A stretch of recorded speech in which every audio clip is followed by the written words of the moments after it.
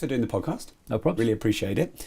I wanted to start with a question, but actually you've just raised something before we started about freedom of speech and something that happened to you recently.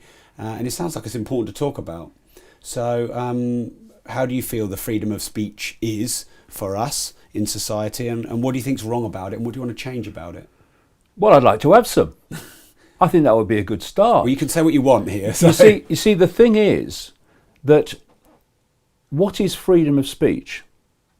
It's the freedom to speak. So I read a politician today saying, I agree with freedom of speech, but there are limits.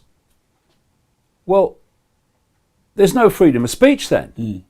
Freedom of speech is the freedom to speak. If anyone's not allowed to speak, then it's not freedom of speech, it's freedom to conform to certain parameters of what are acceptable. And then what that's doing is giving power to some authority to decide what is acceptable and what is not acceptable. And as we see, and we're seeing it massively now, once you give that power to an authority, it then starts interpreting what can and cannot be said in a way that squeezes and squeezes and squeezes more and more of what cannot be said. This is what political correctness is about. What is political correctness? It's simply manipulating the target population to silence itself, so those in authority don't have to. It's ridiculous. Now, people say, well, you say that people can say anything. Well, yes, I do. And I'll tell you why. There are laws against incitement to racism, incitement to hatred, incitement to violence. There are laws against that. Are they laws you agree with? Yeah, and if people use their freedom of speech to incite those things, then there are laws to deal with that, and those laws should deal with it. What I'm saying is, once you start censoring freedom of speech at the point of delivery, or even more sinister, before the point of delivery, by banning people from the right to have access to the communication networks or speak in public, that is what the fascists do. What did fascists do in Nazi Germany? What does any tyranny do? It wants to silence those that are exposing the tyranny and have a different version of events to the tyranny. So what did the Nazis do? They burnt the books. They banned the meetings of people who were exposing the Nazis. And now in this inverted world, we have people who call themselves progressives, and they seem to have this extraordinary self-delusion that progressive mentality has something to do with being liberal, when it's not. It's the opposite of liberal. They are the ones that claim to be wanting people to be inclusive and to have diversity. But maybe on their terms. When they're destroying diversity, and they have become the new tyranny. They have become the new Nazis. And so... That sounds quite a strong thing to say. Well, what I'm saying here is, if you look at what this progressive mentality is doing in silencing people and deciding in their arrogance what people can and cannot say and what opinion they can and cannot have, you look at what the Nazis did, you look at what the communist Soviet Union did in terms of freedom of speech, and you show me the difference between them. There is none. And it's this self-deluded arrogance which goes like this. I am right, therefore anyone who says something different must therefore be wrong. And by definition, because they are wrong and I am right, their freedom of speech to be wrong doesn't need to be taken into account. That's how the mentality goes. What I say is, I don't agree with them, I don't agree with them, I don't agree with them. I do agree with them. But I don't want to silence any of them. Because are we so immature that we can't hear different opinions? Even those we don't like, sits back in amazement, horrified, call the police. and make our own judgments on what's being said and the validity of it? Do we not have the maturity to put forward another counter argument, which, if we are confident in what we're saying, will demolish that which we don't agree with? Anyone that wants to silence people rather than argue their case can't have much confidence in their own case, surely. And once you go down this road of giving authority the right to decide what can be said, what opinions can be had, you are in a tyranny, and that's where we're going now. But it's bigger than that, because it's not just political correctness. You can't say this, you can't say that, you must say that. It's also the fact that humanity has been hoaxed on a monumental scale in relation to freedom of expression and freedom of information. And it's been done out of an area that I call the devil's playground. It's better known as Silicon Valley. What's happened is, when you do the research, intelligence organizations like the CIA in the United States, the National Security Agency, and the Pentagon, through an organization called DARPA, the technological development arm of the Pentagon, they began seed funding technology and companies to develop what has become now known as the internet, and an outgrowth of that, what became known as social media, and the search engine technology, which eventually became known as Google. All those were seed funded by this military intelligence network. And when they were selling it, because you can't show something's real face at the start, otherwise people will reject it and it won't get anywhere. You have to put another face to the world.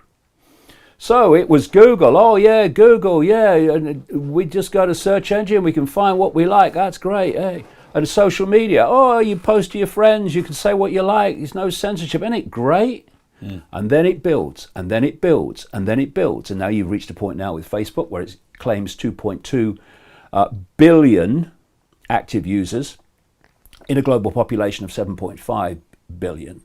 You have this 90% monopoly on search engines, searches of Google. You have YouTube, which has got basically a monopoly on the posting of internet videos, which is owned by Google. And once this monopolistic situation was reached, then they started saying, okay, now we've got this much control, we're going to start deciding what you see and what you don't see. It's fishing line out. Oh, it ain't great. Yeah, right. Say what you like. You know, no censorship. Ooh, gotcha. And so we now have Facebook that is systematically censoring information outside of the official narrative. We have this situation with Facebook and Twitter now, which is known as ghost banning, which they do to me, which is you post it, but all the people that would like to see it, and I've liked or followed, would like to see it, they don't see it. Only a few of them see it. The vast majority don't see it because of ghost banning. They just don't circulate it.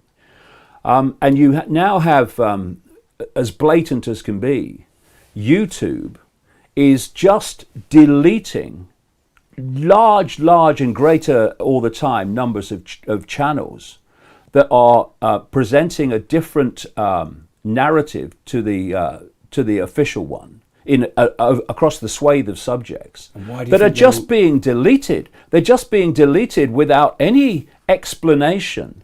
Just that you've broken our guidelines. What guidelines? Well, he's doing something different, something the same rather, and he's not breaking your guidelines. But hold on a minute, he's saying the official narrative is true.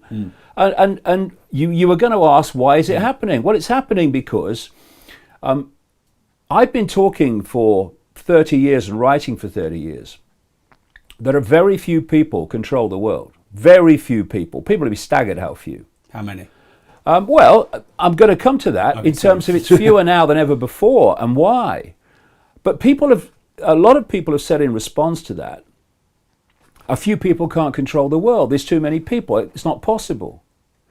Well, now we have a handful of people, which you could probably get on 10 fingers, or 2 hands, yeah, that control Google, control YouTube, owned by Google, control Facebook, that absolutely dominate the information that most people see or don't see. We have a concentration of power in Silicon Valley, a very small area of the world, that is the greatest concentration of surveillance and censorship power the world has ever seen. They can decide what you see and what you don't see, and they can trawl your data, in other words, the military intelligence community can, to find out the fine detail of your life from the information that you've posted on these various platforms. So that's what we're facing in terms of freedom of speech. It's disappearing. In fact, it doesn't exist. There is no freedom of speech. By the definition of freedom of speech is the freedom to speak your opinion and not have it censored and not have it banned. So this happened to you, didn't it, at one of your talks where they tried to close it down? Well, they always try to close my talks down. You don't seem that bothered. And when I say they, I'm talking about a ridiculously few people. We've reached the point now where there is a global network of ultra-Zionist groups that answer to Israel and the Netanyahu regime currently, who are targeting anyone who is in any way questioning the fact that Israel is not God's gift to humanity in every last thing that it does. This does not only include the general population. The ones they focused most on are Jewish people. Jewish people who are questioning the Israeli treatment of the Palestinians, which is horrific, are being targeted by these ultra-Zionist hate groups. I say hate groups because their modus operandi is to get the public to hate their targets, to silence them. And it's extraordinary how easy it is. I'll tell you how easy it is with me. They go to, and I'm talking a ridiculously few people that don't represent the Jewish community at all, just claim to. They'll go to a venue and they'll say, this man, Icke, he's going to come and say, it's all the Jews, he's anti-Semitic, he's a racist, he's going to say the Jews are doing this, the Jews are doing that. I ain't said any of that. The venue does not then come to me and say, look, these people are saying you're going to say this. And I'd say, look, go on my website and you'll see a video, a 10-hour talk that I've been doing for the last 2 years.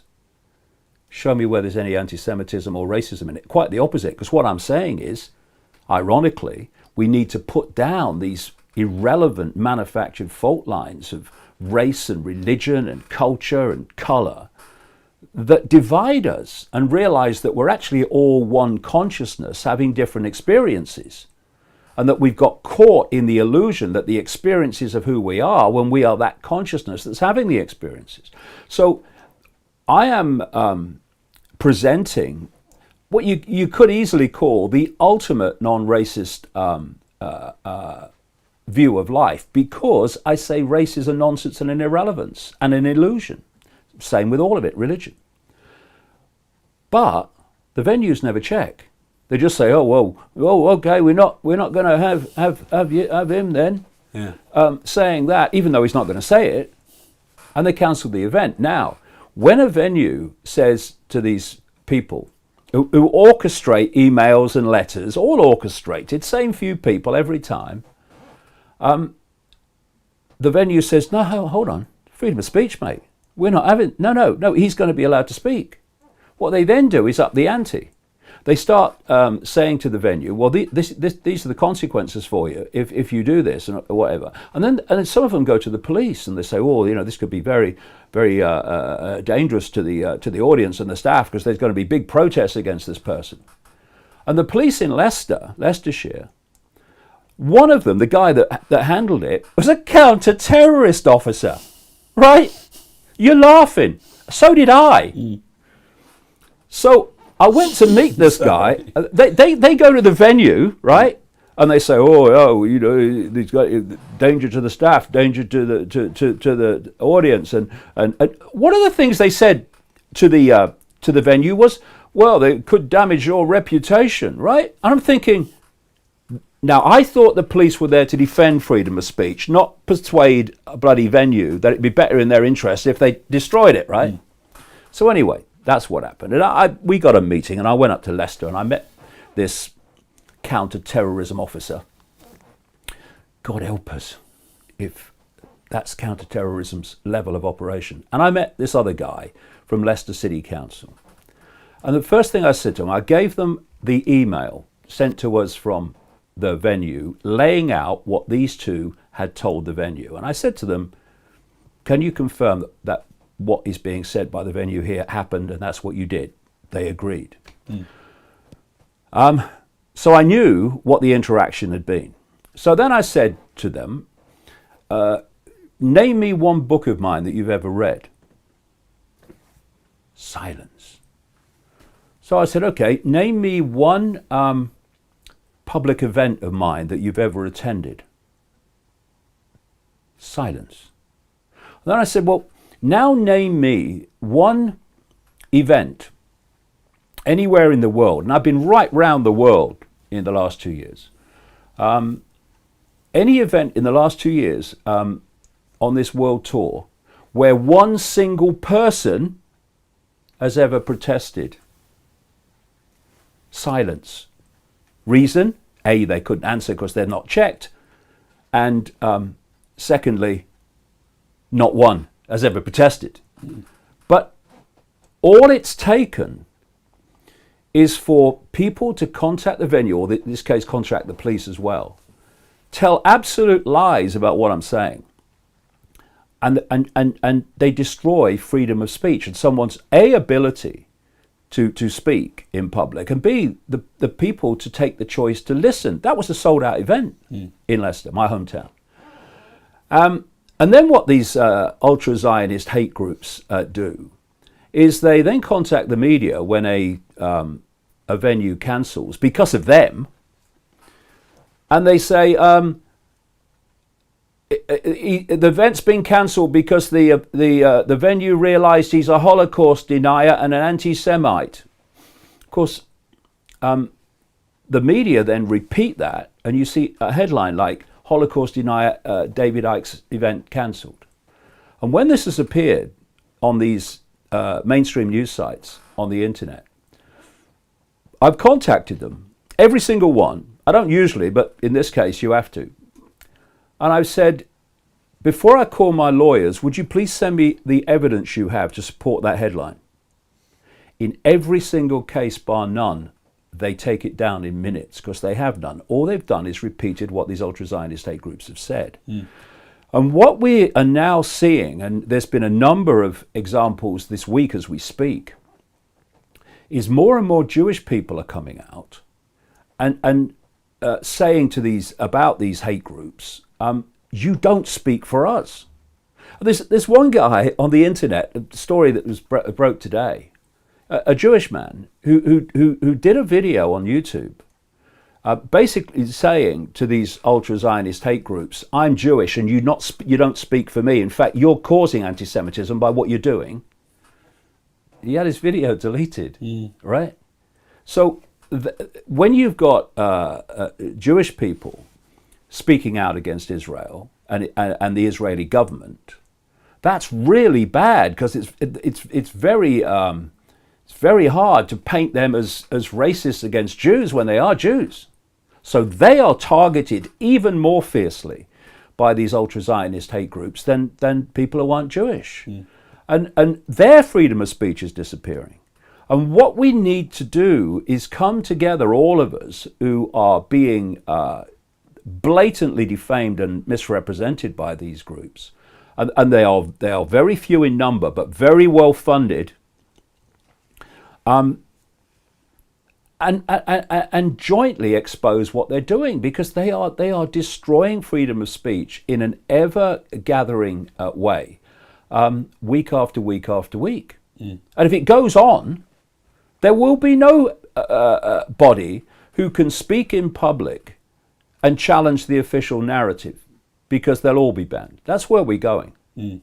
And do you think, because I've noticed on Facebook with some of the changes in algorithm and the reduction of the reach and the Cambridge Analytica and all that, I think people are starting to get a bit pissed off with it now. And there's, I mean, some of the things you're saying, I know you're talking about certain races, religions, etc., but I just see a lot of people online going, wait a minute now, you're censoring sometimes, but just, I know a lot of my posts, they go to 1% of my audience. Yeah, exactly. These are people that found me for the last 10 years that want to follow me.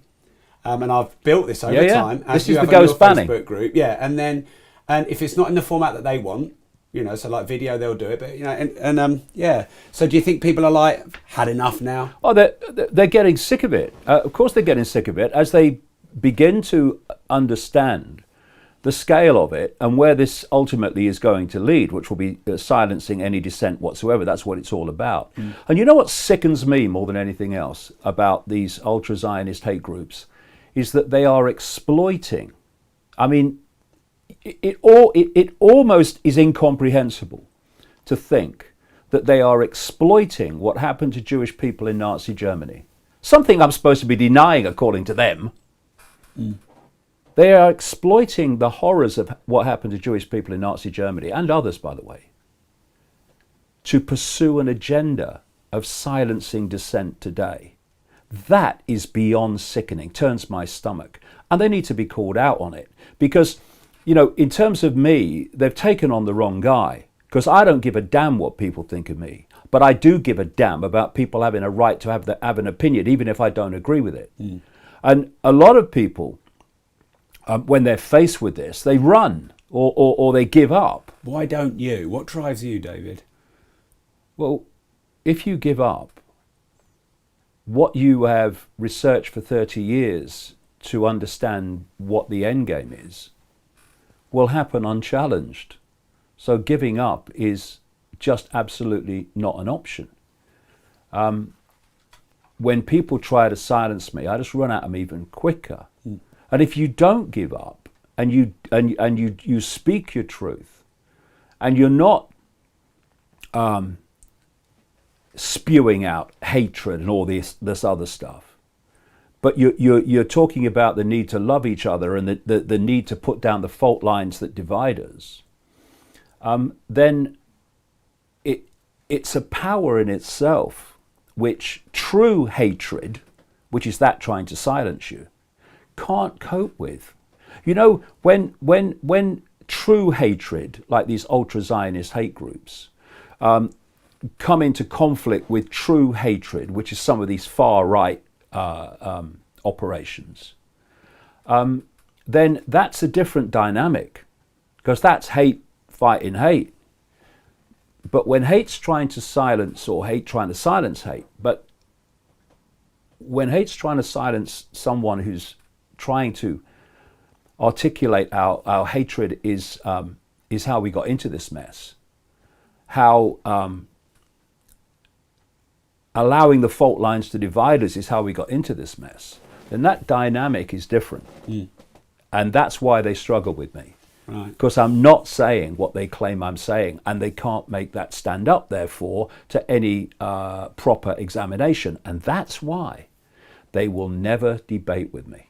I've offered to debate with them. I said to them, I will debate all of you together, just me, no problem. They won't do it. Because let me tell you another quick story to show how far this has gone and how disgusting it is. I had a book launch of my new book, Everything You Need to Know But Have Never Been Told. And the first book launch was in Edinburgh, and they tried to stop that. And the owner of the venue, who'd spent a lot of time in Israel, by the way, got a barrister to look through my work to see if what was being claimed by these hate groups was true. He rightly concluded it wasn't. It went ahead. Brilliant, no problem. Spoke in London a few days later at the Troxy venue in London. And again, they tried to stop it, but the owner knew what I was saying, knew what they were claiming was a nonsense. It went ahead. It were great. In fact, there were some people there from these hate groups who heard what I said, saw that it absolutely wasn't racist, but they completely ignore that. On the Friday of the same week, I was due to speak in Manchester. First of all, I was due to speak before at the Lowry Hotel in Manchester as a book launch.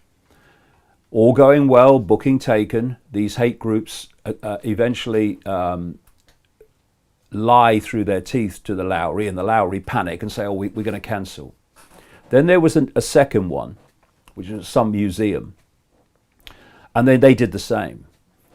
And then we went to Manchester United, Old Trafford, and explained to them what's been happening. And the people at Manchester United, in the conference area anyway, said, oh, no, we're Manchester United. We don't back down to them, to intimidation, no problem. So it went on, it went on. On the Thursday afternoon, with the event on the Friday, with people coming from long distances, and a lot of the people are going to be there, Manchester United supporters at this book launch. It was a dinner. On the Thursday afternoon, my son Jamie, who organises all this stuff, was in conversation with Manchester United for the final arrangements. Next morning, when these ultra-Zionist hate groups got wind of where the venue was going to be, because we kept it quiet because of what happens, they contact Manchester United. They contact the local Labour MP for the Manchester United area called Kate Green, who's virtue signalling in all directions. She contacts Kick It Out, this anti-racist group in football, and together they pressure Manchester United to pull the event on the morning it was happening. Never mind all those people that had bought tickets for this dinner. Never mind there were people who his birthday present for. No matter there were lots of Man United supporters among them. Cancel it. Now here's a question. What does Kate Green, Labour MP, know about what I'm saying? Nothing. Only what the hate groups told her. What did Kick It Out know about what I'm saying? Nothing. Only what the hate groups told them. This is how easy it is to destroy freedom of speech. And I'll tell you one other thing about Manchester. In early 2017, I was due to do an all-day event at the Manchester O2 Apollo. Again, a sellout. And these hate groups approached the Apollo to cancel. Now, fortunately, I have spoken at a number of venues of the same chain. They know what I'm saying. They know the kind of people that come along, and they know what happens. So, of course, they said no. So, and it went ahead. So what this, one of these groups, they're called the Campaign Against Anti-Semitism. This is the worst. It was launched right in the middle of the last Israeli bombardment of Gaza, when the British public were appalled about the slaughter that was going on. And they said to the audience that came to the event, email us with the anti-Semitism and make a complaint to us, and then we'll take it further. Well, of course, there was none. So what the audience did was email them with copies to me, saying, actually, he said the opposite. He said we need to love each other and put down the fault lines that divide us, like race and religion. What the Campaign Against Anti-Semitism then did, it's called the CAA, is ignore those emails, ignore what the audience said that I spoke about, and went to the subsequent venues and told them the same that they told the Manchester venue and previous venues about what I'm going to say. That's the disingenuous manipulation that's going on. And like I say, some of the biggest people that had the biggest consequences from this are Jewish people. And we have to stop running away from these things, running away from talking about them, and just speak the facts. Because if we don't face this, then this grotesque misrepresentation is going to destroy freedom of speech for everybody, because that's what it's meant to do. Okay, so is there a paradox going on here? I realise my need for Facebook and YouTube in getting my message out there, and sometimes feel a bit wronged, maybe not as strongly as you, but certainly I do feel that my reach is getting artificially reduced. So you sell millions of books. You know, you've got 750,000 followers, I think, on Facebook. And obviously, I'll stop you there. Okay, no, please. 3 years ago, I had about 750,000 followers on Facebook. Yeah. All these years later, with interest in my work exploding, I have about 750,000 followers on Facebook. So something's going on there, you think? That's the algorithms at work and how the suppression operates. Yeah. And how do you deal with inside or balance this paradox of these being a great platform for you to get your message and your work out to the world, yet feeling controlled and limited by them? Well, it's. I'm going to take notes myself here because I feel the same thing. Well, so. it's a simple reply, really. First of all, they're becoming less and less of a good platform as the suppression contracts what is getting circulated. But you use the system to expose the system, because the system has the networks of communication. So as best, and dominates them. So as best you can, you have to use the system to expose the system. But in terms of entrepreneurs, and it is starting to happen, you know, what do they say? What's that line? Necessity is the mother of invention, old saying.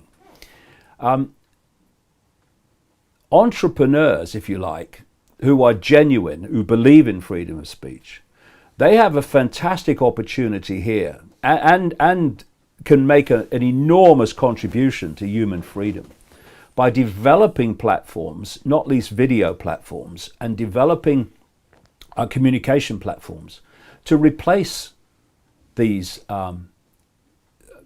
system-controlled operations, so that we don't have to use the system to bring the system down only. We have our own free platforms, non-censored platforms that can communicate it. And the more then that you have censorship and suppression in the official media networks, the more people will gravitate towards those that are censorship free. And it will become counterproductive then for the corporate giants in Silicon Valley to go down the road they're going, because they'll just be replaced. Because there is, I mean, I've been on this journey now for nearly 30 years. When I started out, no one wanted to know. I was just laughed at in the street and everything. On this world tour, speaking tour, since the summer of 2016, all over the world, literally, I have seen a dramatic transformation, both in the numbers of people that want to look at the world in another way and see that maybe this official narrative is not exactly how it is or anything like it is.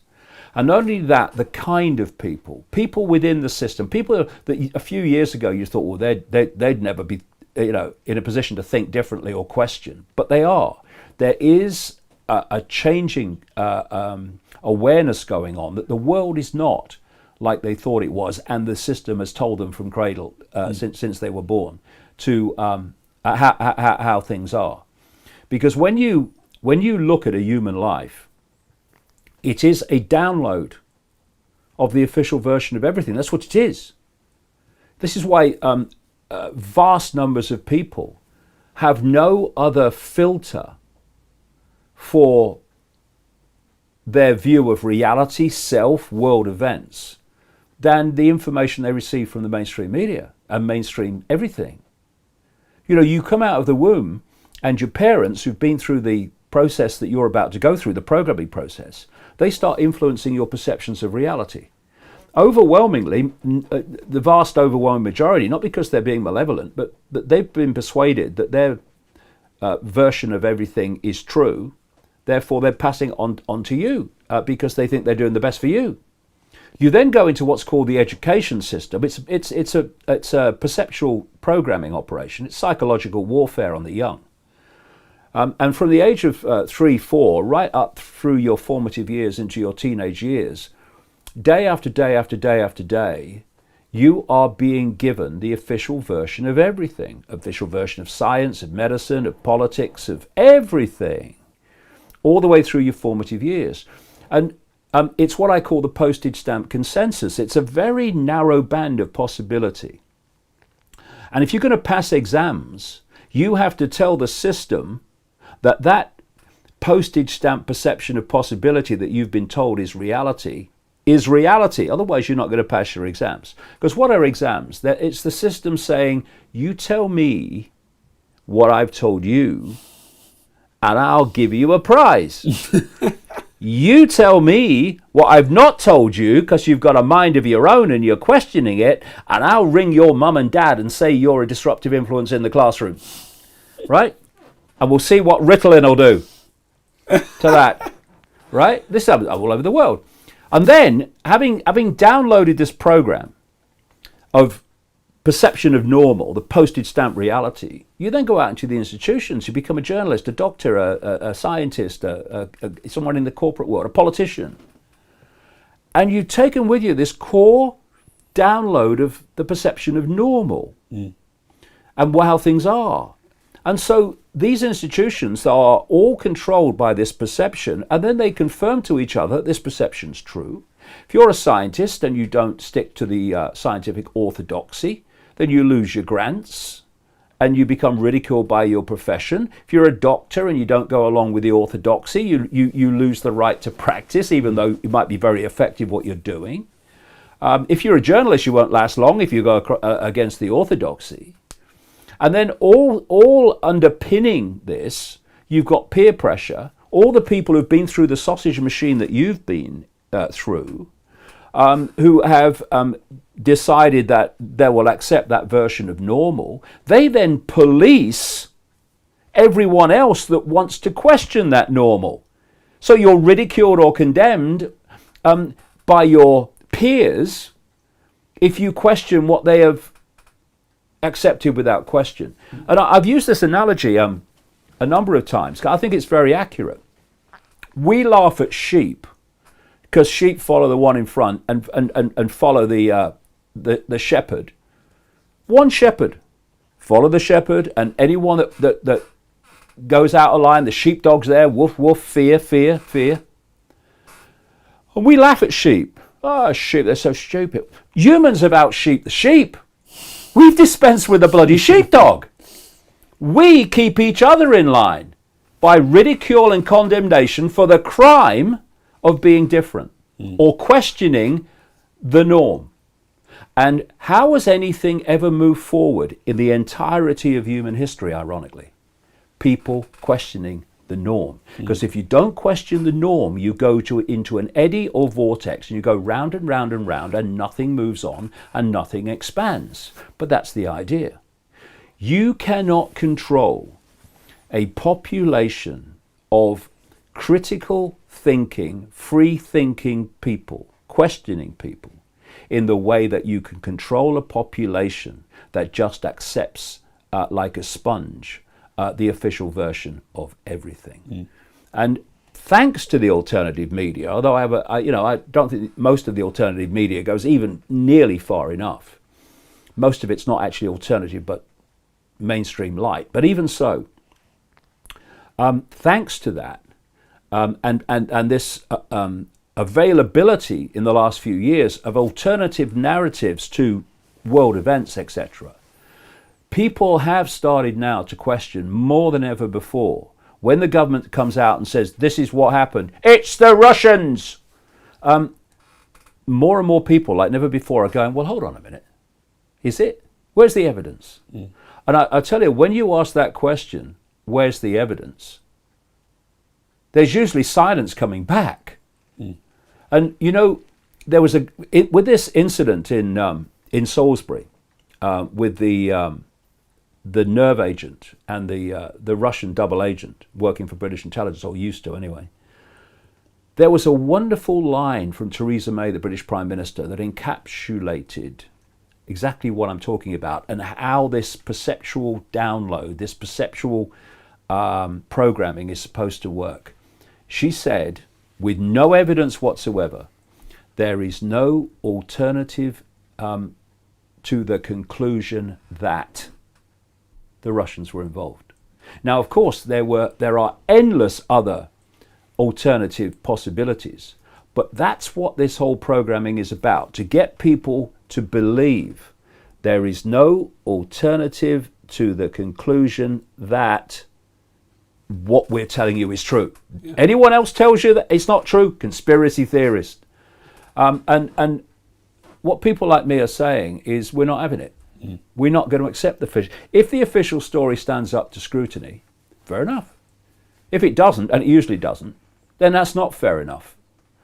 But what the silencing of freedom of speech is all about is to stop people having access to that alternative narrative to the official one. Mm. And people like me won't have it, not quietly anyway. Well, sitting here listening to you has just almost put a mirror in front of my face in your way of saying it, which is why I love being an entrepreneur. Whatever one defines that as, I define it as being creative, waking up today wanting to do something meaningful and being able to do it without anyone getting in my way, without regulation or too much of it. You know, we need some, don't we, to stay safe.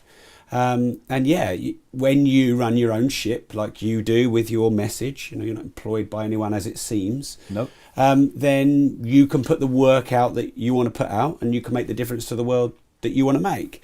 And yeah, I suppose that takes a little bit of courage and bravery, because when you do that, the system's going to say, hey, wait a minute, you should do it like this. Wait a minute, you should do it like this. So I'll come back to that in a minute, because there was something I really thought of, and I wanted to make a couple of suggestions for you to keep getting your work out there, and to the listeners, because I found LinkedIn, I don't know if they've strategically gone, oh, look what Facebook have done, we'll have everyone, but they seem to be doing the opposite, where they're letting you get much more expanded reach. I mean, I've been playing with some of my content on there, and I get 250,000 views in a day on something, and I'm not as big as you in terms of my following, and I wouldn't normally get that. So they're clearly letting it go. Right. And I don't feel like the reach is being played with. It seems to be pretty consistent. So that's one thing. Second thing is, we were talking about this on the way down. You should have a podcast. I mean, but no one seems to control a podcast. Joe Rogan's got one. He says and does what he wants. 100 million downloads a month, and it's like they can't be policed. They can't be controlled, because you own the back end audio, and then iTunes will syndicate it, and Stitcher will syndicate it, and Podbean will syndicate it, and whatever else. But you own this asset, which doesn't seem like it can be controlled or doctored or manipulated. And you know, my podcast has nearly 2 million subscriptions, and I'm just a little guy doing a little thing, you know, and it's helped me get out to the world. So I guess I'm saying that because if people feel like you, that the bigger media, I'm pointing over here, obviously you've got Google up on you. If they feel that... I've got my website Okay, if they feel like Google and Facebook, and I'm not here knocking those, by the way, but I'm just saying if they feel Google, YouTube, Facebook are starting to police, reduce your freedom of speech, have the evil doctor, evil press button, no you can't, yes you can, no you can't, and you don't like that, I think these other platforms like LinkedIn and podcasts. Yeah, I mean, you know, my sons who run the organisation of my work, they are doing this now, because we have to respond to what is happening. But there are great opportunities for entrepreneurs who believe in freedom to replace or offer alternatives to these platforms. I know people are starting to do it, but the more that we can have, the better. Because this, in my new book, Everything You Need to Know But Have Never Been Told, I talk about the fact that YouTube was demonetizing alternative content. And of course, the alternative media, I mean, I write books and stuff, so I'm not dependent on YouTube. But a lot of alternative people became dependent on YouTube, monetizing their videos to make more videos. And I said in the book that that's only stage one. The next stage is they start deleting channels. And of course, now they're deleting channels on a very, very large scale worldwide. So this is not something that's going to happen over a long period of time. That's what I'm saying. So there is a very urgent need and a massive potential audience for platforms of, if you like, social communication and videos for people that really believe in not censoring. And, you know, yes, the big companies will go the way of the system. I mean, I actually love it when out of nowhere, major corporations got together and said to Google, you're talking about YouTube, you're putting our adverts against hateful videos, and you must stop it. And they all got together and said, oh, you know, all these ethical companies, you know, that have the best interests of humanity at heart while they're screwing them day by day by day, right? It's all orchestrated. And so Google, B-movie actors, said, oh no, we better take the adverts down then, which just happened to be on the alternative media channels. And that was how the demonetization started. And then once you start it, you roll it out even more, and now there's virtually none on Google for anyone with an alternative view. But people still have to sell things. Yeah. And there is an advertising, quote, market out there for a large audience platform. And if people would go down that road, there are great financial opportunities for them, as well as the main reason, from my point of view, which is having the ability to communicate information uncensored. Because the more uncensored information circulates, the more the system of control will fall. Because its whole foundation, its whole way of surviving is to keep from its target population what it is doing, how it is doing it, and to what ultimate end. So, do you regard yourself in any way as a businessman or an entrepreneur? It seems to me like the more you resist these things you stand against, the bigger and more powerful and more successful you become. Are you aware of that dynamic going on? No, I'm not an entrepreneur. I spend my life researching information and communicating information. My sons, Jamie and Gareth, who run the organization of everything, they work to get my information out there. And they can be very creative at it, and they have to be very creative at it because of all the pressures to stop it. So that's the way I work. I don't have anything to do with that side of things at all. I just deal with the information. In fact, you know, there was a time when I did it all. Yeah. I did it all, you know, everything, and including writing all the books and everything. But now, as my sons have got involved in recent years, it's freed me from all the other side of it. So I just focus on the information, and it's been incredibly effective, both in the information I've been able to uncover because I've had more time, and also in the fact that they have been excellent in the way that they have organized the communication of it. And is that just to free up your time, or is that because you don't really enjoy the more commercial aspect, or is that because they're good at the commercial aspect, or is that because you wanted your family involved? No, it's because A, they're good at it, and B, I have no interest in it whatsoever. All the commercial side of it and what have you, I have no interest in that whatsoever. I just want to uncover the information and communicate it. But you're quite right. In the world that we live in, you have to have an organization around you that can provide the opportunities to communicate the information you're uncovering, and also to make sure that there is money there to finance what you're doing. You know, we do our own events, and it's a heck of a lot of money has to go out before any comes back. When you are printing books and what have you, there's a hell of a lot of money goes out before it comes back. And you know, people can see the cover price of a book, but you know, we don't get anything like that. No. Because it goes through distributors, it goes through shops, and there's all the shipping. So printing, exactly, and so you have to have an organization like that that's sound. Otherwise, the point of everything, which communicated the information, just stops. So, but that's not my side of things. I don't enjoy that. Sure. But I do. But you embrace it. Don't let me give the impression that I don't like business and I don't like entrepreneurs. Quite the opposite. You know, a microphone, for instance, is neutral. It's what you use it for that makes it positive or negative. Same with a notebook, same with a printing press, same with a computer, same with the world of the entrepreneur.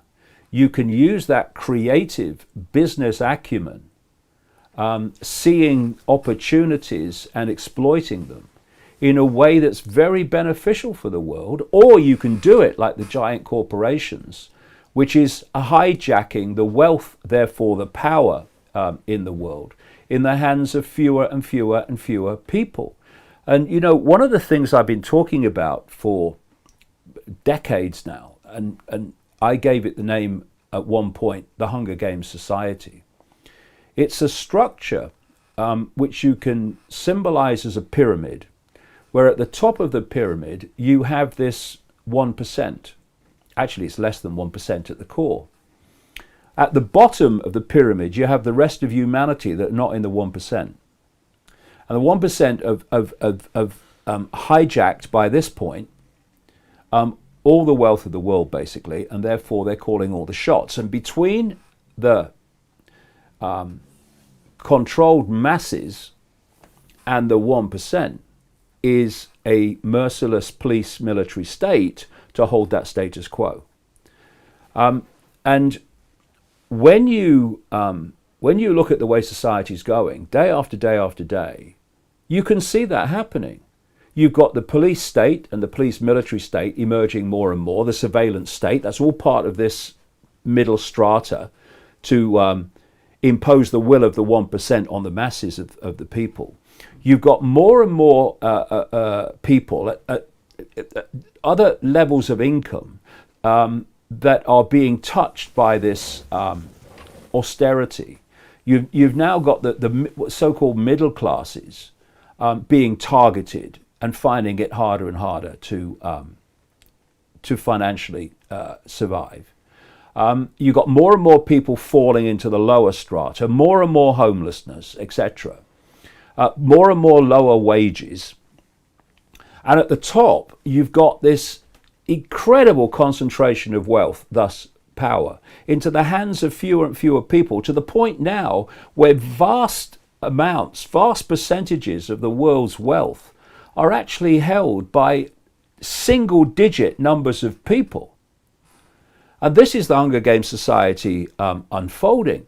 And so, you know, we can look at the pressures on freedom of speech, but entrepreneurs that want to use their skills and use their ingenuity to challenge that Hunger Games structure with freedom and with a greater expansion and distribution of wealth, they're also finding themselves targeted by the system with regulation and you can't do this and what have you.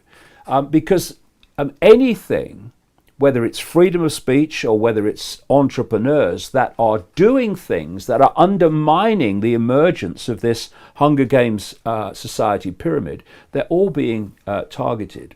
And so it's going to be a challenge to take it on. It is a challenge to take it on. But, you know, what did I just say? 1% or less than 1%. And the 1% can only have the power they have because A, they control the money systems and control governments, but also because that middle strata of the police military state, who are made up of people from the population, police that population to the benefit of the 1%.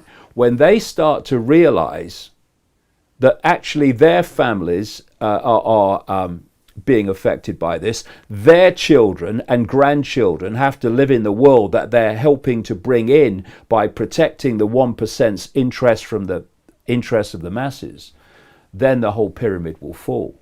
And, you know, I'm more confident than I've ever been that that pyramid will fall, but it won't fall on its own. We've got to start getting engaged. Okay, so let's come back to that. I'd like to explore you a little bit more, David, if that's all right. So you said earlier you can't walk down the street without getting laughed at. I couldn't. I can now. Okay, so I get stopped in the street and talked to very seriously now about what's going on in the world. It's been a dramatic transformation, but it once was like that, absolutely. Yeah. Okay, so I'd like to talk about both of those sort of more extreme scenarios. So at first when that happened, how did it make you feel, and how did you deal with it and cope with it and carry on doing your work despite all this ridicule?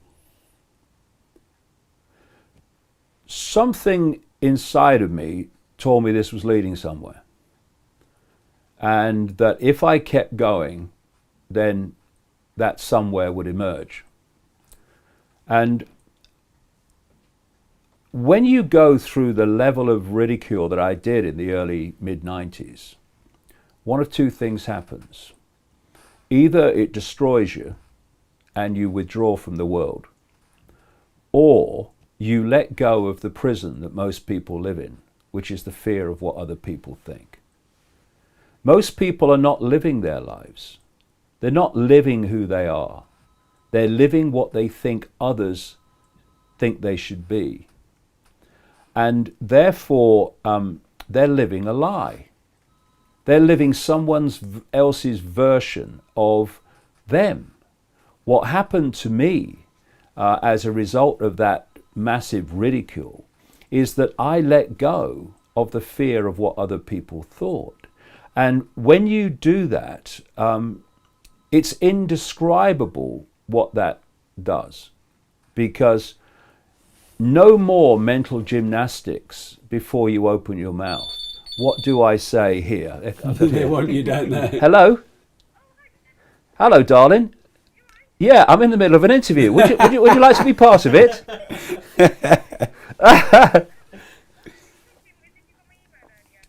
No. All right, that's good. I will. All right, darling. See you later. Bye. No, you were very good. You were very good. Bye. What I did was let go of that fear of what other people thought of me, and the freedom is indescribable. Because, like I say, you don't have the mental gymnastics. How do I put this so they won't think I'm crazy? What do I leave out so they won't think I'm crazy? You reach this point where this is me, and I don't give a damn if you think I'm crazy. So, how did you do that? Well, it's something that comes from letting go of the fear of what other people think. You know, I mean, if you ask people to write down, say, their top 5 fears, all over the world, invariably, the vast majority would include speaking in public, right? What is the fear of speaking in public? It's the fear of what other people think. Ridicule, shame. Yeah, it's the fear of what other people think.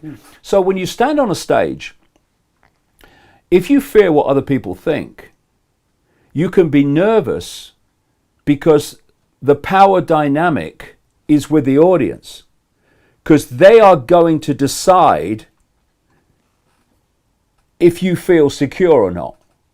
So you're scanning the audience as you're speaking and you're looking for reaction. What do they think of it?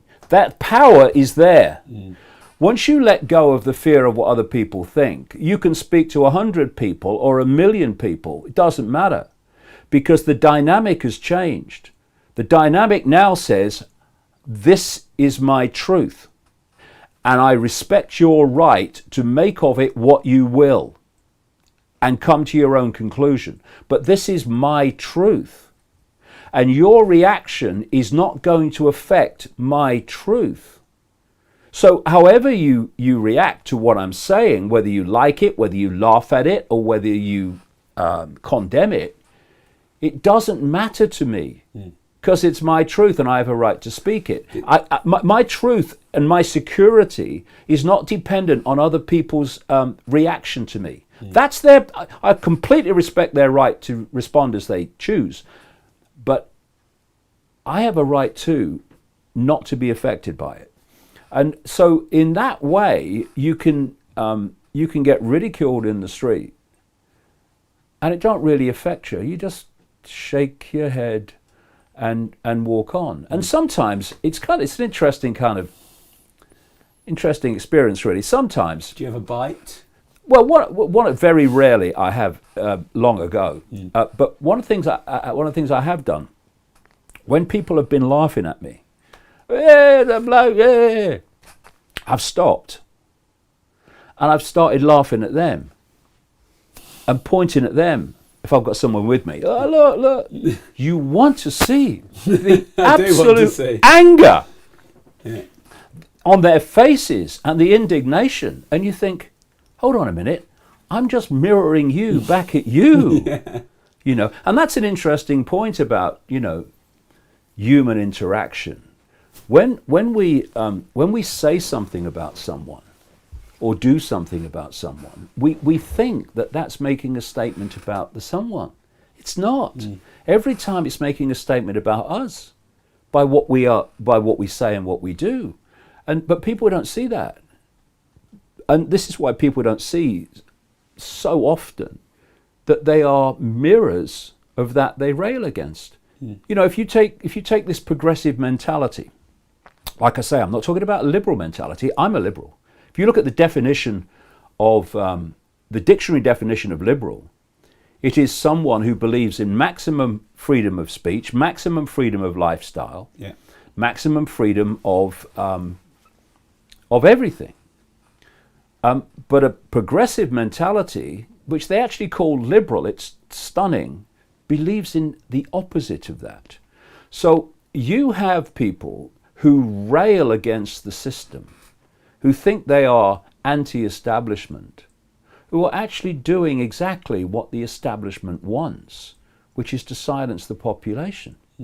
When you've got the progressive anti-establishment mentality saying to government, he must be silenced, she must be silenced, and the government and the corporate world and the establishment are going, yes, we would be delighted to do that. and so it's this mirror, this inversion where people perceive themselves in a certain way, but actually act in a way that's the very same as that they rail against. So they'll talk about fascists. We're anti-fascists. All right, you're anti-fascist, right? So what do you want to do? We want to silence these people. That's what fascists do. They can't see it. That's the problem.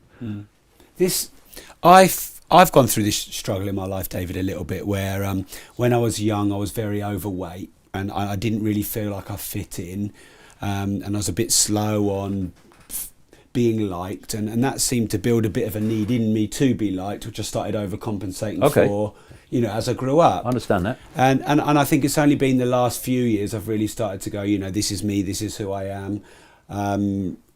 And sort of, I still think it's there, but I think it's like, I'm managing it better. I have found like you visibly lifted when you said it. It was like when you said it's liberating and freeing, it was like you exercised something from and I just know how amazingly more impactful and happy and confident people would be if they stopped worrying about what everyone thought about them.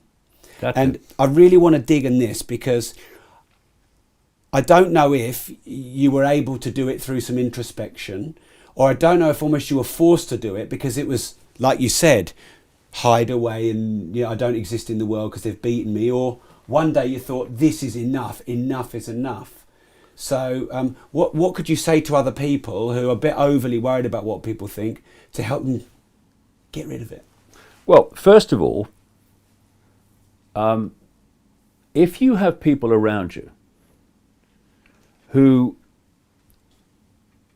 so disrespect your right to be you that they give you a hard time for being you, then what are you doing with them? You know, there's loads of other people out there that will respect you. Go and find them. Don't surround yourself with people that don't respect your right to be you. I don't care if they're family. I don't care who they are. If they don't respect your right to be you, then what you're doing, interacting with them all the time, it's just going to make you depressed. It's going to make you frustrated. Walk away. And if they then come round, great. But if they don't, well, equally great. You know, it's like kids. I see this thing with parents. You know, I've spoken to people in their 60s who are still feeling guilty for not doing with their lives what their parents wanted them to do. Oh, you know, I wanted to go walking in India, but my mother wanted me to be a lawyer. I don't like the law, but, you know, I had to do it. Oh, no, you didn't have to do it. You know, if your mother wants to be a lawyer, she could go and be a bloody lawyer. If you want to walk in India, go and walk in India. And if your mother, I don't care, all these stuff, oh, but I don't care. You will only express your true, unique self if you refuse to let anyone impact and suppress that expression of your true, unique self. And the number of people, the number of parents who, and I think this is child abuse, frankly, who want to live their lives through their children, who want to get kudos through their children. You know, I was in America once, and I saw this sticker at the back of a car. My daughter won this so-and-so degree in college. And I'm thinking, yeah, your bloody daughter did it, mate. You didn't bloody do it. What are you doing? Trying to get, you know, live through your children. Congratulate your children, yeah, but looking for the kudos? Oh, yeah, my son's going to Oxford. My daughter's going to Cambridge. Oh, really? You are a successful family. Her son wants to go walking in India. You know, her daughter wants to be a nurse, but they go to university because mother says so, father says so. The number of people, I mean, it's not even rare. The number of parents, particularly the ones with more money, therefore more influence and access to these educational institutions, the number of them that impose their will on their children because it suits them and not their children is absolutely disgusting. And what it's doing, it's turning out very frustrated, very distorted people who are living a life they don't want to live. And I'll say this to people: are you happy? Are you fulfilled? Do you get up in the morning and say, new day? If not, why not? Make a list. Why am I not happy? Why don't I have joy in my life? Why don't I wake up in the morning and say, yeah, new day? What are the things that make me not feel like that? What are the things that would make me feel like that? Okay, stop doing them and do them. And refuse to compromise on stop doing them and doing them. Take control of your life. And you know, if you go deeper into it, this is the area that is my great passion, my great love, my what I absolutely love researching and gaining understanding in, the nature of reality itself. We live in a equivalent of a Wi-Fi internet field. I call it the cosmic internet. They're quantum fields of possibility and probability waiting to manifest. I've got a computer here, and what appears on that screen is dictated by what part of the internet I access. That dictates what appears on that screen. Mm. In the same way, what part of these quantum fields of possibility and probability I access and turn into experience, in a way I'll describe in a second, dictates what appears on my screen. In other words, dictates my own life experience. If you live your life within the parameters and the program of the postage stamp consensus, then you are interacting with this quantum field of possibility and probability in a very narrow band of frequency. So the potential you have to manifest experience in your life and achievement, if you like for a word, in your life is limited by that. Once you expand your self-identity, as I'll come to in a second, and your consciousness expands, and your sense of the possible expands, you're now interacting with this quantum field of possibility and probability in a much vaster swathe. And therefore, your potential for manifestation of experience, for manifestation of achievement, for manifestation of the world, the life you'd want, becomes massively expanded. Take the Chinese internet. It is firewalled off so that Chinese people can only access a fraction of the internet, symbolic of this postage stamp consensus mentality. But beyond those firewalls is a vastness of possibility with the internet that they never see, information they never access.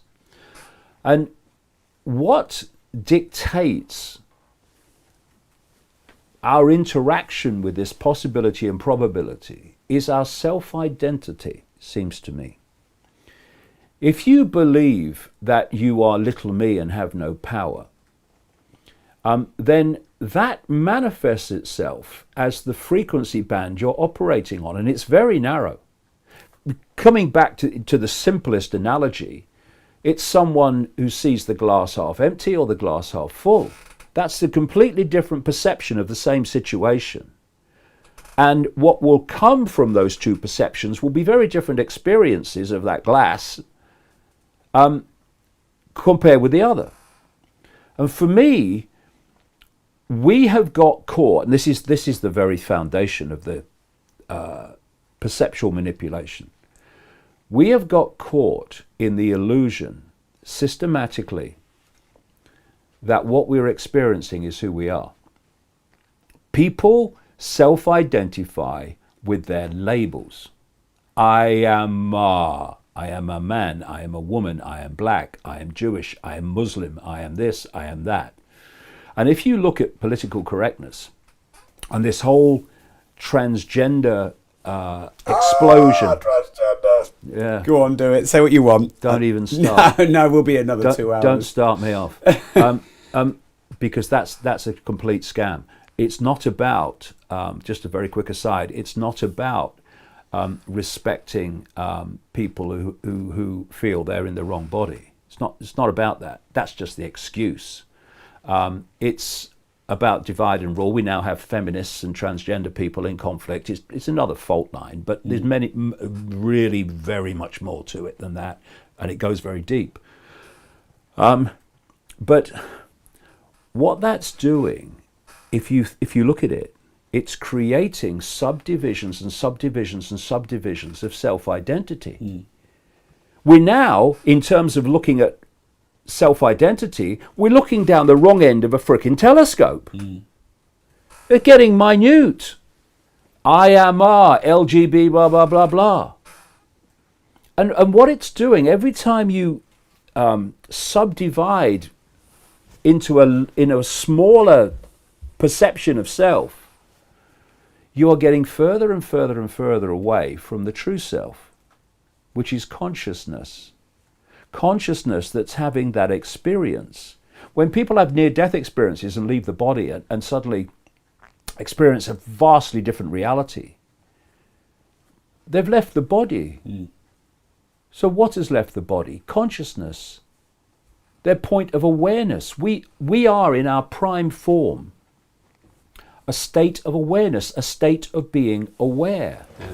What the body does, I call it a biological computer, is it when we experience through the body, when that consciousness experiences through the body focuses the attention of that consciousness in a tiny band of frequency known as visible light, which is so tiny it's laughable, and that's all that we can see.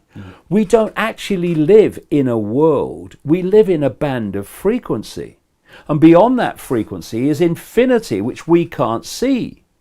You know, if you tune to Radio 1, you tune a radio to Radio 1 or a television channel, television to BBC 1, that's what you get. You don't get BBC 2, that doesn't exist to BBC 1. You don't get Radio 2, that doesn't exist to Radio 1.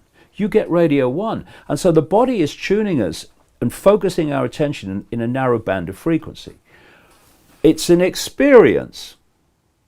And these experiences are given labels like Christian, white, black, brown, Jewish, Islam, Hindu, right? What happens is, and this is what the program encourages, of course, is people self-identify with those labels and they say, that is me. I am my income bracket. I am my life story. I am my race. I am my culture. No. They are what your consciousness is experiencing, your point of attention. And you know you, Mr. Islamic man, and you, Mr. Jewish man, and you, Mr. Christian man, and you, Mr. White man, you, Mr. Black man, you, Mr. Asian man, you're all points of attention of the same infinite consciousness. And because you have become so programmed to believe that your labels are you are fighting each other for power. To hold on to an identity. To hold on to impose in many ways an identity that is merely an illusion of incredibly short experience. When you leave the body, your consciousness leaves the body at a near-death experience, for instance, and I've read endless accounts all over the world for people. The common themes are incredible. They don't say, "Oh, I'm out of the body now, but I'm still a Muslim. I'm still a Hindu. I'm still a this. I'm still a that." No. They are consciousness, awareness, a state. That's what we are. And so, when in the body, you can stop self-identifying with the labels and start to self-identify with being the consciousness, everything changes. Because what self-identification with labels does is it focuses attention, and your interaction with the cosmic field of probability and possibility is limited by that focus of attention within that frequency. Once you say, they are my experiences, I am the infinite awareness having those experiences, you start to interact with possibility and probability on a vastly greater scale. And suddenly, life becomes an adventure. Suddenly, your life changes. People that represent the old frequency of your life, they disappear. New people come in, new opportunities happen, amazing coincidences happen that didn't happen before. Oh, it's a miracle. Fancy me? No, it's not a miracle.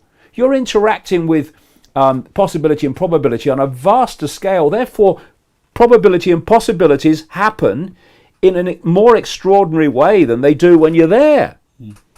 And this is...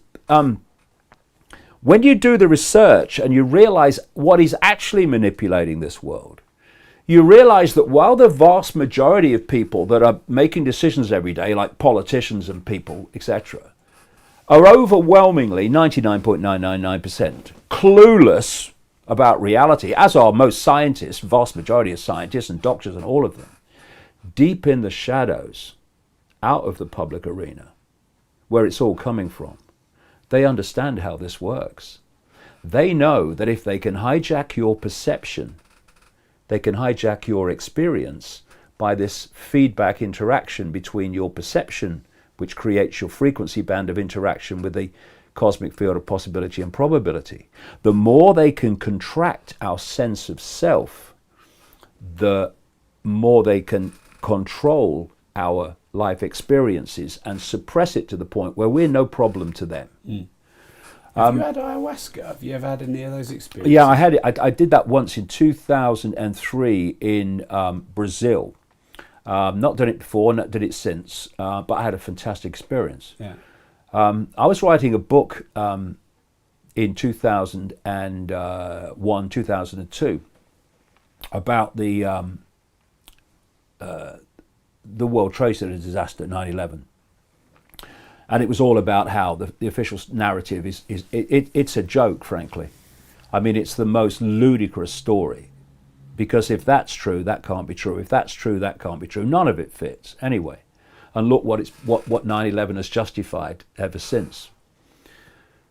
When I was writing that book, I thought, if I'm going to take this on, I need to get out there and see this world from another perspective. Not in some dream where you wake up and you think, was that a dream? Was that real? But actually where you consciously experience it. Synchronistically, this is what happens when you start expanding your interaction with the field of possibility. I then got invited to go to a Brazilian rainforest and take part in an ayahuasca week. I could have taken it 4 times, took it twice, had a fantastic experience. And on the second night, particularly, I spent 5 hours having this very clear, took a female form, female voice, as loud as mine is now, and very, very funny. Give me chapter and verse on the fact that this reality we think is so real is just an illusion, that there is no physical, right? And that the world we think we're experiencing outside of us, it's not outside of us at all. It gave me chapter and verse on it, and I had instant total recall of all of it afterwards. So I came back. Why was it a fantastic experience? What was fantastic about it? Because it was rewriting the human perception of the reality we're experiencing. And it was doing it in such a persuasive way that made total sense. And then I came back and I started looking at what I was told.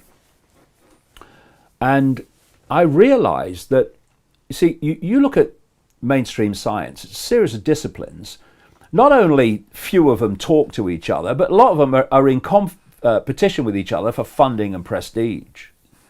But when you actually break it down and you connect the dots, especially in the areas of quantum physics, I realized that actually, if you put the dots together, what this voice was telling me in the Brazilian rainforest, in this ayahuasca perceptual state, had already been established, right? And I've gone down this road big time since 2003 when this happened. And everything that I've discovered, every new scientific discovery in the realm of quantum physics, for instance, has further confirmed what I was told that night. Because we live our lives as if this world is solid and is outside of us. Well, quantum physics has shown it's not solid. I mean, we are told that the physical world is made up of atoms. Atoms have no solidity. You know, an atom is a nucleus with electrons flying around it. The distance within an atom between the nucleus and the electrons and, well, let's put it in a simple way. If an atom was the size of a cathedral, the nucleus would be the size of a 10-cent piece. Atoms have no solidity whatsoever, and if you go deep enough into the nucleus and the electrons, they have no solidity either. So we're being told that this physical world, which isn't, is made up of atoms, and atoms have no solidity. How is that possible? It's possible because the world isn't solid. The base form of this reality is exactly in principle like a Wi-Fi field. It's waveform information fields, right? This is the quantum field of possibility and probability. The body, as I've been calling it for decades, is a biological computer. In its base state, it too is a waveform information field. What the five senses do is take waveform information, take the ears, that's an obvious one, and they turn it into electrical information, and they communicate that to the brain, and then the brain then decodes that electrical information into holographic and digital information inside the brain, which we experience as a world outside of us. It exists visually, it exists in a small area of the back of the brain that decodes visual reality. Other parts of the brain decode hearing and touch and taste, etc., and smell. And together, the brain fits that together into an experience that appears to be outside of us. You know, the old question, does a falling tree make a noise? Only if you hear it. That sounds weird. What are you talking about? Because of this reason. When a falling tree falls, it doesn't make a noise. What it does is disturb the air. It disturbs the waveform field, which sends out vibrations. Vibrations are picked up by the ears, communicated electrically to the brain, which decodes them into the sound of a tree falling. A tree falling only makes a noise when we hear it. I'm talking to you now, and what I'm communicating to you is a waveform field generated by my vocal cords. And words are not passing between you and me. Waveform frequency fields are passing between you and me. They're picked up by your ears, communicated to your brain electrically, and it decodes those waveform fields into the words that you are hearing. We are living a complete and utter illusion of reality. You know, people say, well, you know, they've got to be physical because you can't walk through the wall. Well, if you are of the right frequency that's different to the wall, yes, you can. I mean, things go through walls. Frequencies go through walls because the frequency that goes through the wall is so different to the frequency of the wall that it can pass through. And when we have a resistance, which we experience in the decoded world of holographic illusion as a physical resistance, that is an electromagnetic resistance at the waveform level of reality. It's all illusion. All this was explained to me over this 5 hours by this voice in Brazil, who actually opened up by saying this. Basically, you're going to be told the nature of reality. But all you really need to know is infinite love is the only truth. Everything else is illusion. And it repeated it. Infinite love is the only truth. Everything else is illusion. The illusion that has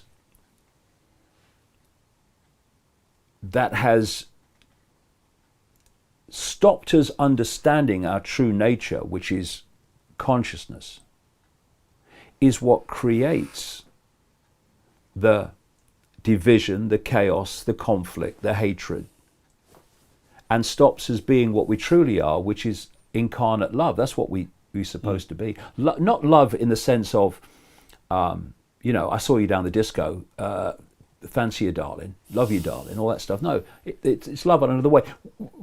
We have so misrepresented what love is. We have to put words in front of it now, like unconditional love and what have you. But it is a state of harmony, a state of being, a state of compassion, a state of empathy. And when we are in that state, there is no disharmony.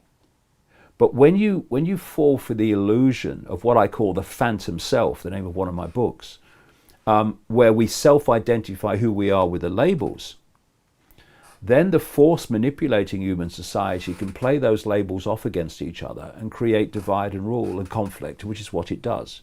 And through this subdivision of the minutiae of self-identity, it's doing it on an ever greater scale.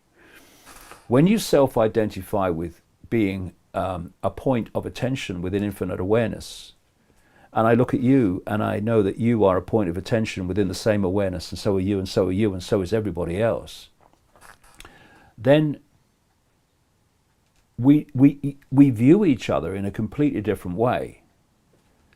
No longer do we need to compete. No longer do we need to manipulate. No longer do we need to trash. No longer do we need to cuss and kick and fight to get to the top of the greasy pole. The greasy pole for what? The greasy pole within this infinitesimal section of time we call a human life, when what we are infinitely is consciousness. And we have to fight each other and punch each other and kick each other to get to the top of a greasy pole in this tiny segment of life, or time we call life. Even time's an illusion, by the way. But you do have to be somewhere in about 15 minutes. Within the perception of this reality. Yeah. Time exists within the perception of this reality. Which we created. When I think it's been created for us. That's another whole interview. Okay. Yeah. But, when people leave the body in a near-death experience and they go to a point where they become consciousness, a state of awareness, then time as we experience it here does not exist. And if you think about time, people think there's a past and there's a future. But there's only a now. There's only a now moment, and so that's very difficult for people to grasp at first, because they think, well, I've been there and I'm going there. Well, but hold on a minute. When you're thinking of the past, where are you? You're in the now. When you're worrying about the future, where are you? You're in the now. And when what we call the future becomes an experience, it's experienced in the now. There's only the now. So time is an illusion too. But we use time so that we can operate within this reality. But again, it's part of the illusion. It's part of the reality that people think is real, but isn't. And you know, if you kind of think about it, if you are a tiny group of people deep in the shadows, who understand the nature of reality, the illusory nature of reality, how people interact with reality, how perceptions of people become their experience, cause and effect, just think of the magnitude of power that gives you over the target population. This is why mainstream science is so controlled, so that it doesn't go down these roads. I mean, you know, you talk to most scientists, although quantum physics has shown this to be true, and they have to acknowledge quantum physics exists, because it does, they crack on in their own disciplines as if quantum physics doesn't exist, as if the whole thing's bloody solid and real. I mean, you look at medicine. Medicine treats the body as if the body is a solid reality, with the scalpel and the drug.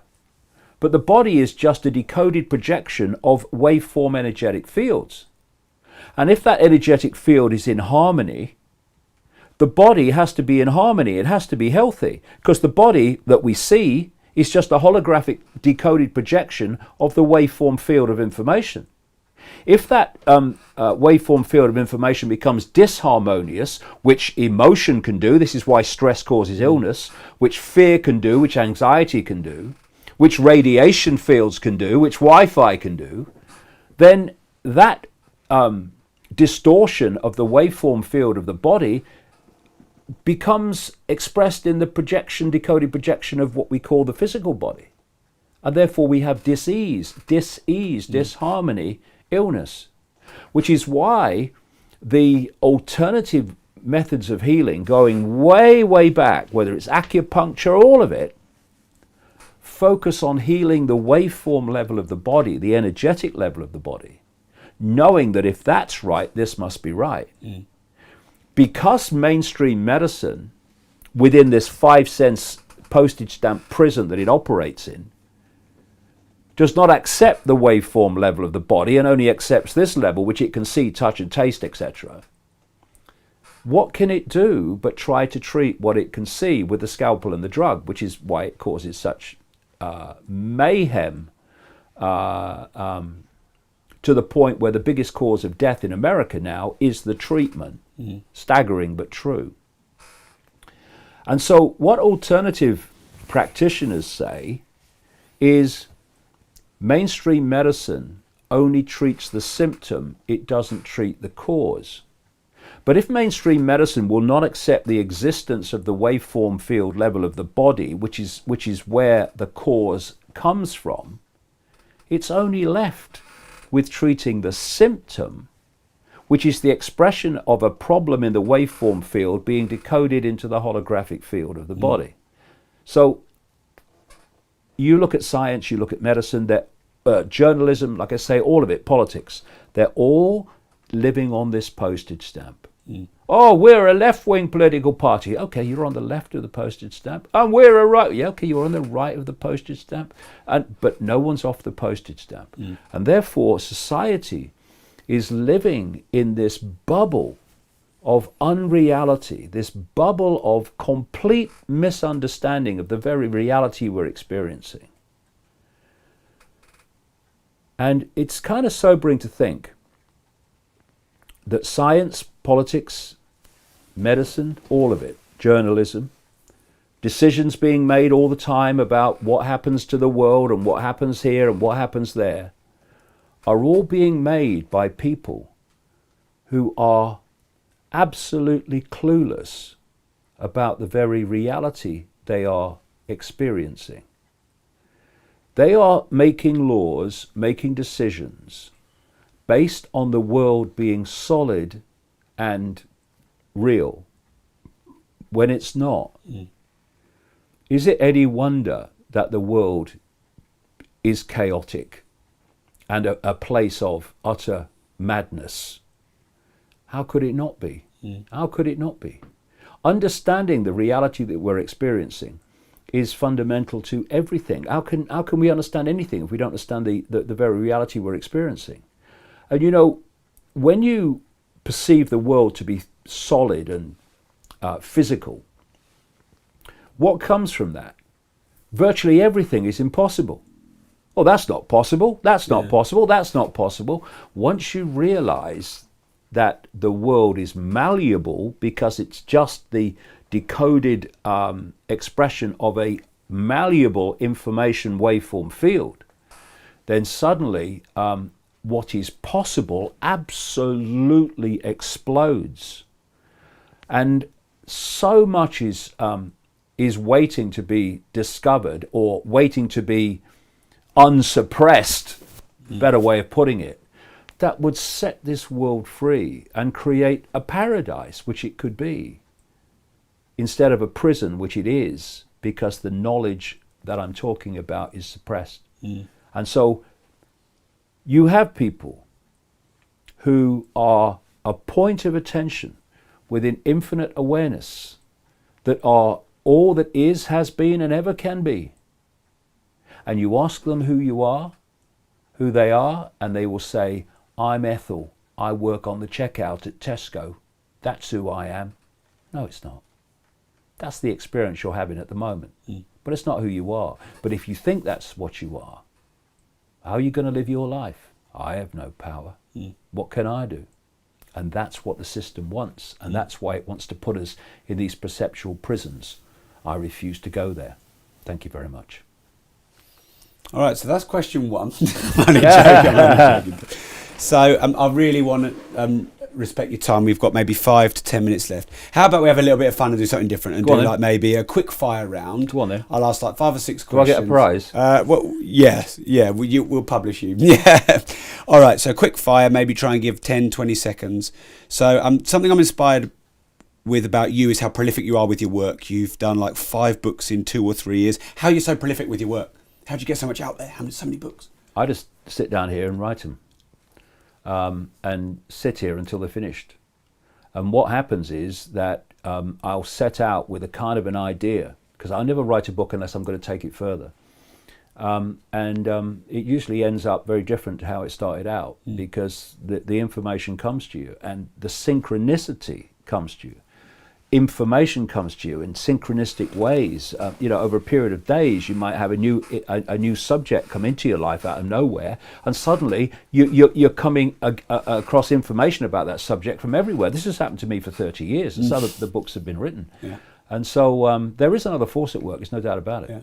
Okay, great. So you've had, it could be perceived that you've had quite varied careers. You started with football, got your arthritis, then of course your TV presenting and various different things that you've done, and of course your career now.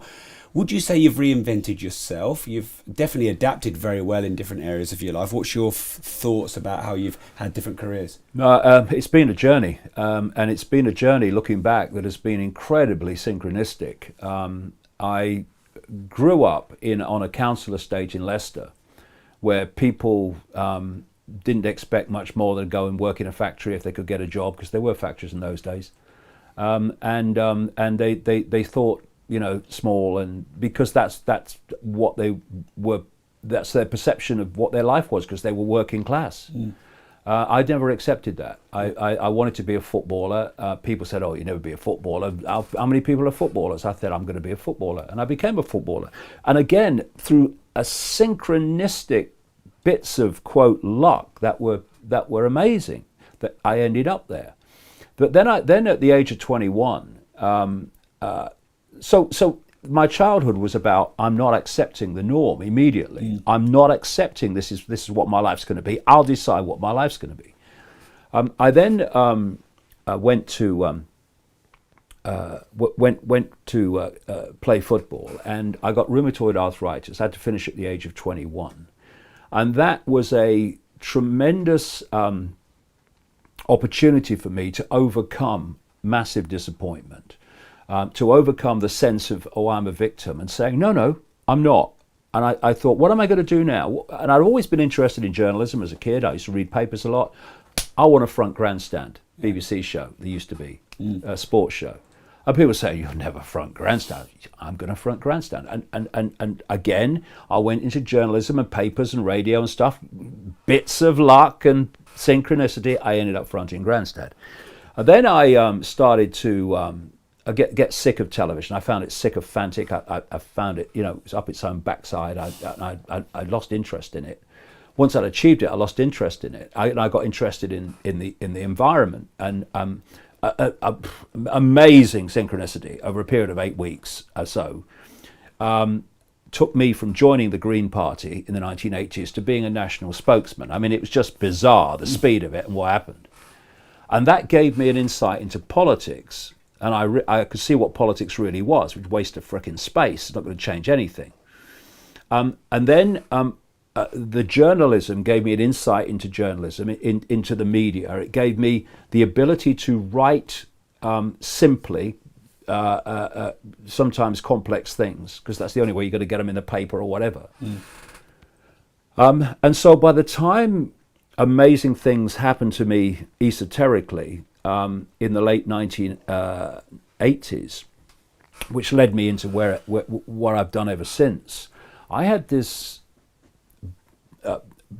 this backlog, or this back story of experience in the very areas that I needed it to do what I do now. And so when I look back, I don't see jumps. No. I see a progression. Okay, and it was like you've experienced this, you've got what you need for it, now something else. It was like some other force has been opening and shutting doors in the maze to take me through. And funnily enough, where this whole thing started, which led me to what I'm doing now. I was working for the BBC at the time. Was that I was having strange experiences over the period of a year. When I was in a room alone, it felt like there was something else there, some presence. I wasn't alone, and it built up and built up and built up and built up. But eventually, long story short, I went to see a psychic for the first time in my life, not telling her anything, just seeing if she'd pick up what the hell was going on around me. And she goes into psychic mode and says that I'm going to go. And she knew nothing about what was happening to me, and she said, There's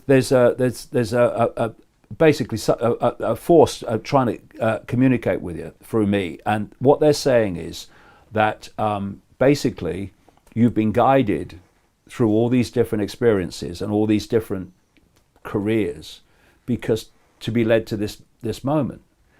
And this was in March 1990, and from now on you're going to go out on a world stage and reveal great secrets. You're going to face enormous opposition, but we will always be there to protect you. And that there is a vibrational change coming that is going to awaken humanity from its slumber, because there's a story that has to be told from its coma. And many, many other things, every single one of which by now has either happened or is happening. And so when I look at my life, from the perspective of now, just coming up to 66, but that's just a number anyway, I see that it's been a process. And one of the things that I was told through this psychic in 1990 is, all this has been planned before you even came. So where it ends, we'll see where it ends. But where it's gone so far is exactly where I was told it would go nearly 30 years ago. Wow. Would you say you're a controversial figure? Yes. Contrarian? Well, controversial, yes. Well, in a world of madness, what is the point of not being controversial to a world of madness? You know, I mean, you know, in a world of madness, being called mad is a compliment. You know what I mean? So I am controversial, but it's amazing how little it takes to be controversial today. It's like Orwell said. You know, it basically in an authoritarian world, telling the truth is a highly controversial thing. He said different words, but that was the theme. And of course, a revolutionary act, he called it. Telling the truth is a revolutionary act in a world of deceit. So of course I'm controversial. If I wasn't, I wouldn't be doing what I do. Sure. Your best and worst advice you've ever been given, if you can think of something. Best advice, my father, when I was a kid, he said, David, you're never finished until you tell yourself you're finished. It doesn't matter what anyone says about you, it doesn't matter how bad things get, until you accept you're finished, you're never finished. So that was the best advice I ever had, and that came very handy when all hell broke loose in the early 1990s. The worst advice I've ever had, I don't know. Try curry, I think, was one of them. People love curry, and they absolutely addicted to it. But not for you. Yeah, it don't do a lot for me, really. You know. All right, and then finally, the key word of this podcast is disruptive. Yep. What does that word mean to you?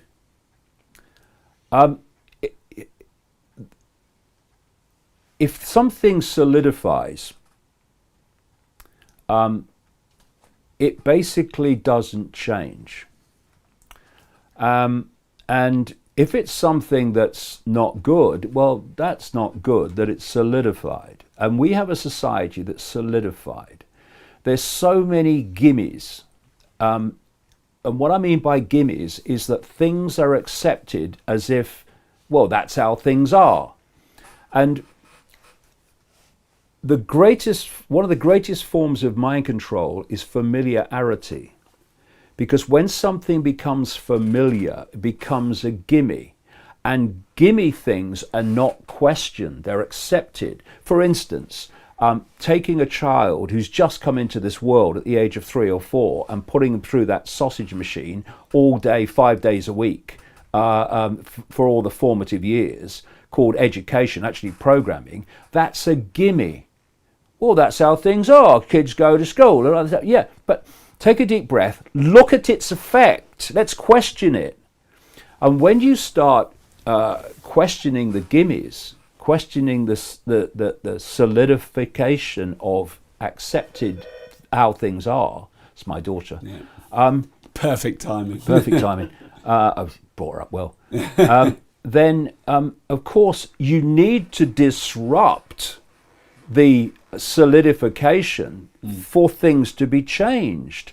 And you know, if you want a quiet life, anything for a peaceful life, then nothing's ever going to change. You have to disturb things for them to change. And when you disturb things, they go into a state of flux before they reform in a different way. So you can have a perception of disturbance is, oh no, I don't want change. Or you can have a perception of disturbance, which is a very positive thing, because unless you disturb what needs changing, it won't change. Thank you. So finally, where can we follow you? Where can we find your books, and where would you like us to go? I'd like. Could you just tell my daughter? I'll be a second. Literally I'll be a second. just, Or press the thing and let her in, and we'll have a quick one. DavidIcke.com is my main website, where there's news of put in context of events every day. There that people can get the 10-hour all-day talk that I did. They can get the books, and they can get all the details of where I'm speaking. Just coming up now, and the tickets are almost all gone in every city that I'm speaking in. That's the interest. That's the change that's taking place. Wow. David, thank you very much. Thanks, mate. It's been a pleasure. Thank you.